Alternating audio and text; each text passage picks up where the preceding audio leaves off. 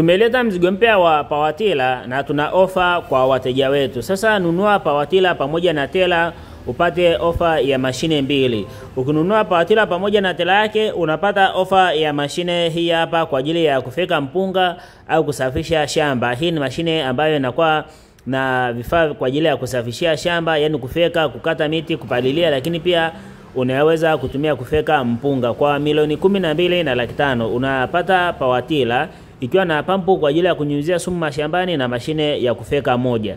Kwa milioni 9 unapata ofa ya mashine moja tu, kama ni ya kunyunyizia sumu mashambani au kama ni ya kufeka.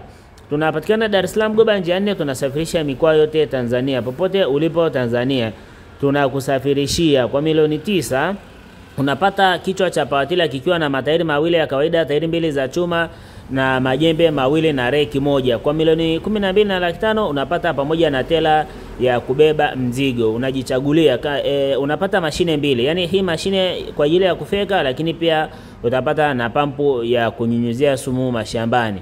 Kama unavyoiona hapa, hii ni pawatila ikiwa imebeba mzigo wa mpunga. Hawa ni wakulima wametoka shambani kwa ajili ya kuvuna mpunga wao, kwa hiyo wameweza kuibeba mizigo yao katika pawatila. Hii ni pawatila ambayo tela yake ni kubwa ya tani 2.